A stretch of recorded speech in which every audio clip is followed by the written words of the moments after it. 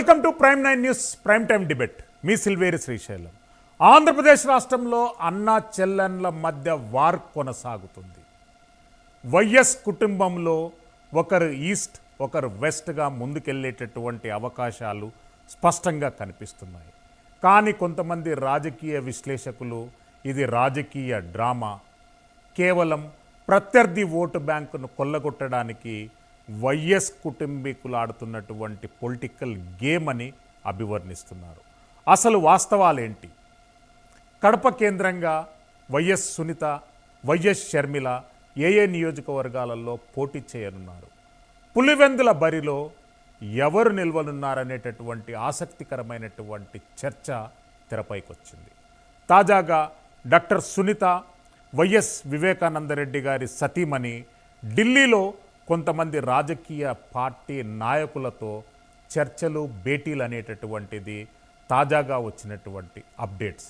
అయితే వాళ్ళు కడప ఎంపీ నియోజకవర్గం నుండి ఎవరు పోటీ చేయనున్నారు? పులివెందుల్లో జగన్మోహన్ రెడ్డి గారిపై ప్రత్యర్థిగా ఎవరు పోటీ చేయనున్నారనేటటువంటి అంశంపై ఇంకా క్లారిటీ రావాల్సింది.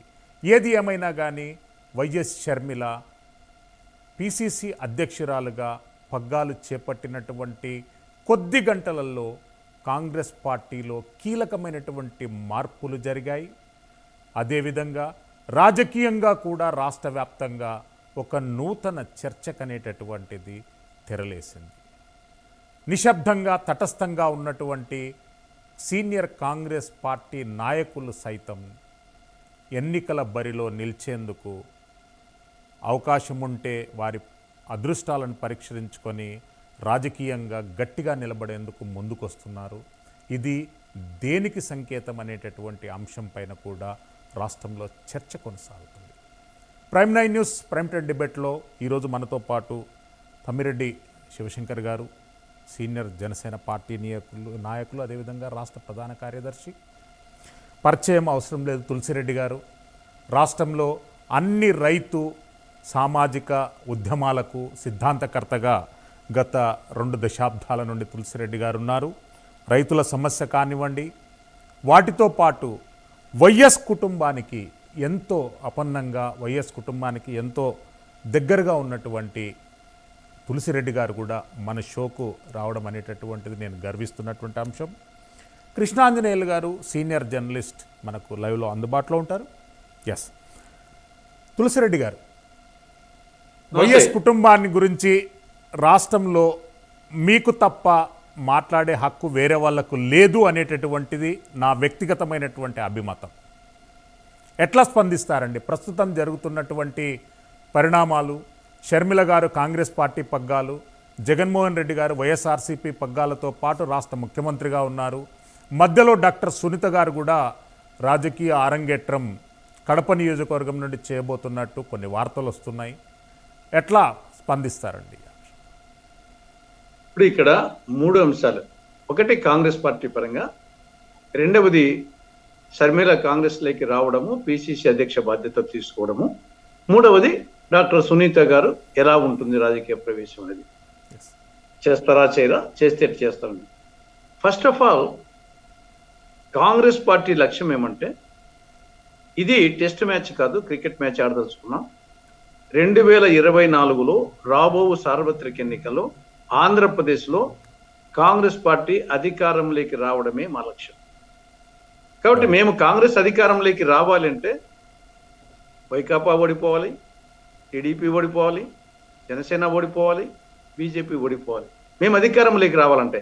కాబట్టి జగన్ ఒక్కడే ఓడిపోవడం మా లక్ష్యం కాదు, మేము అధికారంలోకి రావడం మా లక్ష్యం. కాబట్టి ఆ లక్ష్య సాధన కోసం మేము వచ్చేసి మా ప్రయత్నాలు చేస్తున్నాం. ప్రస్తుతాన్ని వచ్చేసి ఇది అతిశయోక్తిగా అనిపించవచ్చు, ఏమీ లేని చోట వచ్చేసి ఒకేసారి అధికారంకి ఎట్లా వస్తారనేది. ఇవి రాజకీయాల్లో బండ్లు ఓడలు బండ్లు చాలా సులభంగా అయిపోతుంటాయి. ఇది మ్యుటేషన్స్ ఉన్నట్టుండి వచ్చేసి కింద పడి పైకి పోవడమా, కింద పడిపోవడమా జరిగేది చాలా సందర్భాలు జరుగుతాయి. గ్రాజువల్గా పైకి పోవడం అనేది కొన్ని సందర్భాలు ఉంటుంది, గ్రాజువల్గా పడిపోవడం కొన్ని సందర్భాలు ఉంటుంది. కానీ మ్యుటేషన్స్ వచ్చేసి ఒక్కసారి అనూహ్యంగా జరుగుతూ ఉంటాయి రాజకీయాల్లో చాలా సందర్భాల్లో. కానీ ఇప్పుడు కర్ణాటక ఎన్నికల కంటే ముందు పొజిషను, కర్ణాటక ఎన్నికల తర్వాత చేంజ్ మారిపోయింది.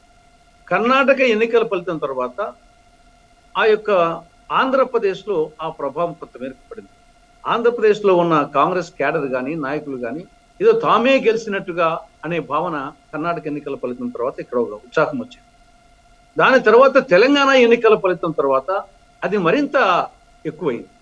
కాబట్టి ఒక ఉత్సాహమైనటువంటి వాతావరణం ఈరోజు ఏమనుకుంటారంటే ప్రజలు కానీ కాంగ్రెస్ క్యాడర్ కానీ మొన్న కర్ణాటకలో కాంగ్రెస్, నిన్న తెలంగాణలో కాంగ్రెస్, రేపు ఆంధ్రప్రదేశ్లో Congress. Why not Congress in Andhra Pradesh అనేది ఈనాడు ఏ విధంగా జగన్ వై నాట్ 175 ఆయన చెప్పినట్టుగా why not Congress in Andhra Pradesh అని కాంగ్రెస్ క్యాడరు నాయకులు కార్యకర్తలు ప్రజల్లో చర్చనీయాంశమైంది. కాబట్టి ఈ నేపథ్యంలో రాజశేఖర రెడ్డి గారి బిడ్డగా షర్మిలమ్మ కాంగ్రెస్ పార్టీలోకి రావడం, పిసిసి అధ్యక్ష బాధ్యత తీసుకోవడం అనేది ఇది ఒక అదనపు లాభం. ఆల్రెడీ కాంగ్రెస్ కు ఒక కంజీనియల్ అట్మాస్ఫియర్ ఇటీవల రావడం జరిగింది. ఆ నేపథ్యంలో రాజశేఖర రెడ్డి గారి బిడ్డగా ఒక నాయకురాలిగా తర్వాత వచ్చేసి ఆవిడ షర్మిలమ్మ కాంగ్రెస్ పార్టీలో ప్రవేశించడము, పిసిసి అధ్యక్ష బాధ్యతలు పార్టీ అన్ని కోణాల్లో ఆలోచించి ఇవ్వడము ఇది ఒక అదనపు లాభం. తర్వాత సునీత గారు వచ్చేసి మరి ఇంకా ఆవిడ పూర్తిగా ఆవిడేం చెప్పలేదు కాబట్టి మరి ఆవిడ గురించి ఆవిడ రాజకీయ నిర్ణయం తీసుకుంటుందా లేదా ఆ కేసు గురించి మాత్రమే పరిమితం అవుతుందా? ఒకవేళ రాజకీయ నిర్ణయం తీసుకుంటే ఏ పార్టీ తరపున తీసుకుంటుంది, ఏ విధంగా వచ్చేసి అడుగు వేయబోతుంది అనేది ఆవిడ చెప్తేనే బాగుంటుంది. ఎందుకంటే మనం ఇంకా ప్రవేశించలేదు కాబట్టి ఏ పార్టీలో చెప్పలేదు కాబట్టి. బట్ ఇది ఓవరాల్గా మా లక్ష్యం వచ్చేసి ఆంధ్రప్రదేశ్లో కాంగ్రెస్ పార్టీ అధికారంలోకి రావడము అనేది మా లక్ష్యం. ఇది ఏదో అన్నా చెల్లెళ్ళ మధ్య ఆ కుటుంబాల మధ్య అనే ఇష్యూగా మేము భావించడం లే. మాకు వచ్చేసి కాకపోతే ఉంటే జగన్ ముఖ్యమంత్రిగా ఉన్నాడు, ప్రభుత్వం వచ్చేసి అధికారంలో ఉండేది వైకాపా కాబట్టి జనరల్గా వైకాపాకు వ్యతిరేకమే అనుకుంటారు. మా వచ్చేసి కేంద్రంలో రాష్ట్రంలో ఇక్కడ ఎంపీ సీట్లు కూడా కావాలా, కేంద్రంలో వచ్చేసి ఈరోజు ప్రత్యేక హోదా రావాలన్నా మిగతా అంశాలు అమలు కావాలన్నా కేంద్రంలో రాహుల్ గాంధీ ప్రధానమంత్రి అయ్యి అక్కడ వచ్చేసి కేంద్రంలో ఇండియా అధికారంలోకి వస్తేనే అవుతాయి. కాబట్టి మాకు ఎమ్మెల్యే సీట్లు ఎంత అవసరమో, రాష్ట్రంలో అధికారంలోకి రావడం ఎంత అవసరమో ఎంపీ సీట్లు కూడా అంత అవసరం. కాబట్టి కేంద్రంలో మేమే రావాలి, రాష్ట్రంలో మేము రావాలి. ఆ లక్ష్య సాధన కోసం మేము వచ్చేసి మా ప్రయత్నాలు చేస్తున్నాము. కొందరు షర్మిలమ్మ గారు వచ్చారు, మిగతా వాళ్ళు కూడా కొందరికి వచ్చారు, రాబో రోజుల్లో మరికొంతమంది వస్తున్నారు. కాబట్టి మేము ఆ కోణంలోనే మేము ముందుకు పోతాం. ఎస్, తులసిరెడ్డి గారు మళ్ళీ వస్తాను. శివశంకర్ గారు, మ్యాథమెటిక్స్లో ఒక ఫార్ములా ఉందండి, ప్లస్ ప్లస్ మైనస్ అవుతుంది అనేటటువంటిది. నాకు మ్యాథమెటిక్స్ అంత కరెక్ట్గా రాదు, కానీ ఒకటి సీక్వెన్స్గా చెప్పాలంటని చెప్పి మిమ్మల్ని అడుగుతున్నాను. జగన్మోహన్ రెడ్డి గారు, వైఎస్ షర్మిల గారు ఉద్దేశపూర్వకంగా యాంటీ ఇన్కంబరెన్స్ ఓటు బ్యాంకును స్ప్లిట్ చేయడానికి ఆంధ్రప్రదేశ్ రాష్ట్రంలో ఒక పొలిటికల్ స్కెచ్తోనే ముందుకెళ్తున్నారనేటటువంటి అభియోగం ఉంది. మీరు ఆల్ ఇండియా సర్వీస్లో చేయడమే కాకుండా అపారమైనటువంటి రాజకీయ జ్ఞానం ఉంది మీకు. మీరు ఎట్లా ఎనాలిసిస్ చేస్తారు ఈ అంశం? శ్రీశైలం గారు, పెద్దలు తులసిరెడ్డి గారికి నమస్కారాలు. అలాగే ప్రైమ్ లైన్ ప్రేక్షకులకి అందరికీ నమస్కారాలు. ఇప్పుడు ఇప్పుడు తులసిరెడ్డి గారు చెప్పినట్లు వారి పార్టీ యొక్క విజన్ మిషన్ వారు ఆవిష్కరించారు. సో న్యాచురల్, ఎనీ పొలిటికల్ పార్టీకి విజన్ ఉంటుంది, మిషన్ ఉంటుంది, దాన్ని మనం అభినందించాలి. అయితే ఇక్కడ యాంటీ ఇన్కంబెన్సీ ని స్ప్లిట్ చేయడం అన్న క్వశ్చన్ డజంట్ అరైజ్ శ్రీశైలం గారు నా ఉద్దేశం ప్రకారం. ఎందుకు అంటే Congress party the legacy of YS Rajasekhara Reddy garu కోల్పోవడం వల్ల జగన్మోహన్ రెడ్డి గారు అధికారంలోకి వచ్చారు. ఆయన as a son Hindu succession act ప్రకారం ఆస్తులకి వారసుడు. కానీ ఇక్కడ రాజశేఖర్ రెడ్డి గారు కాంగ్రెస్ తరపున చేసినటువంటి పరిపాలనా ఫలాలు సహాయం తీసుకుపోయాడు, కాంగ్రెస్ కి ఎక్కడ ఉంచలా. దానివల్ల ఆయన అధికారంలోకి రావడం జరిగింది. 5 years పరిపాలనలో ఉండడం జరిగింది. అయితే ఇప్పుడు కాంగ్రెస్ ఒక పాజిటివ్ లైన్ లో వెళ్తుంది, మంచిది. వైఎస్ షర్మిల గారు కాంగ్రెస్ లో రావడం ఆహ్వానిద్దాం, రాజకీయాల్లో ఎవరైనా రావచ్చు. అయితే ఏదైతే రాజశేఖర రెడ్డి గారి పరిపాలన తాలూకా ఫ్రూట్స్ ఏవైతే ఉన్నాయో ఆయన లెగసీని వైఎస్ షర్మిల గారి ద్వారా కాంగ్రెస్ కి లబ్ధి చేకూరుతుంది అన్నటువంటి ఆలోచనతోనేమో లేదు అంటే ఆమె కూడా నేను రాజకీయాల్లో ఎదగడానికి నాకు మంచి ప్లాట్ఫామ్ రావడంలో జరిగింది. అది కాలమే చెప్తుంది, భవిష్యత్తే చెప్తుంది ఏది ఎలా జరుగుతుంది అని. ఇక్కడ వైఎస్ జగన్మోహన్ రెడ్డి గారు పార్టీ పెట్టి కాంగ్రెస్ నుంచే వెళ్ళారు తప్ప, అంటే కాంగ్రెస్ పూర్తిగా డౌన్ అయిపోవడానికి కారణం ఏంటంటే వైసీపీ. సో కాంగ్రెస్ బలపడితే it is relative theory, Srisailam గారు, రిలేటివ్ థియరీ. కాంగ్రెస్ బలపడితే direct influence only on YCP, not other parties at all.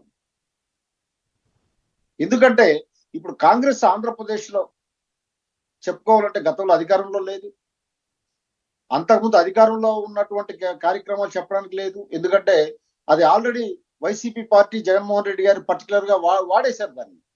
That is consumed, exhausted. So ఇప్పుడు కాంగ్రెస్ కి ఏమిటంటే ఏమాత్రం బలపడినా సరే వైసీపీ వీకెన్ అవుతుంది తప్ప వేరే పార్టీల మీద ఆ ఇంపాక్ట్ ఉంటుంది అని మాత్రం నేను అనుకోవట్లేదు శ్రీశైలం గారు. ఇక రెండవది ఏంటంటే మీరు రెండవ ప్రశ్న, వాళ్ళిద్దరు అన్నా చెల్లెలు ఇది కలిసి ఆడుతున్నారా లేదా అనేది నేను అనుకోవడం, జాతీయ పార్టీ కాంగ్రెస్ పార్టీ వాళ్ళు అంత తేలిగ్గా వాళ్ళ ట్రాప్ లో పడతారని అయితే నేనైతే అనుకోవటం లేదు. ఎవరు అవకాశాలు పరిశీలించుకుంటున్నారు. ఏది ఏమైనప్పటికీ గత 1 month లోనే ఇప్పుడు పిసిసి చీఫ్ అయినంత మాత్రాన సరిపోదు, ఆ పరిపాలన తీరు మీద కూడా ఆధారపడి ఉంటుంది, నాయకత్వ లక్షణాల మీద కూడా ఆధారపడి ఉంటుంది, కాంగ్రెస్ హైకమాండ్ ఇచ్చినటువంటి స్వేచ్ఛ మీద కూడా ఆధారపడి ఉంటుంది. వీటన్నిటిని పరిగణలోకి తీసుకొని ఒక 1 or 2 months లో మనకి పూర్తి పిక్చర్ బయటకు వస్తుంది. కాకపోతే ఆమె కాంగ్రెస్ లో రావడం వల్ల అయితే నా ఉద్దేశ ప్రకారం ఒక తెలుగుదేశం మీద కానీ లేదంటే మా జనసేన పార్టీ మీద కానీ బీజేపీ పార్టీ మీద కానీ ఏ రకమైనటువంటి ప్రభావాన్ని చూపజాలదు. కేవలము వైసీపీ మీదే దాని ఇంపాక్ట్ ఉంటుంది. అలాగే ఒకవేళ వైసీపీ అనుకొని యాంటీ ఇన్కంబెన్సీ వల్ల నాకు లబ్ధి చేకూరుతుందని వైసీపీ అనుకుంటే అది నథింగ్ బట్ సూసైడల్ అంటాను నేను. వాళ్ళ ఆలోచన సూసైడల్ అంటారు. ఇది శివశంకర్ గారు మళ్ళీ వస్తాను. తులసిరెడ్డి గారు, దేశవ్యాప్తంగా 6 రాష్ట్రాల్లో కాంగ్రెస్ పార్టీ నుండి విడిపోయి సొంత ప్రాంతీయ పార్టీలు పెట్టుకొని అధికారంలోకి వచ్చినటువంటి దాఖలాలు ఉన్నాయి.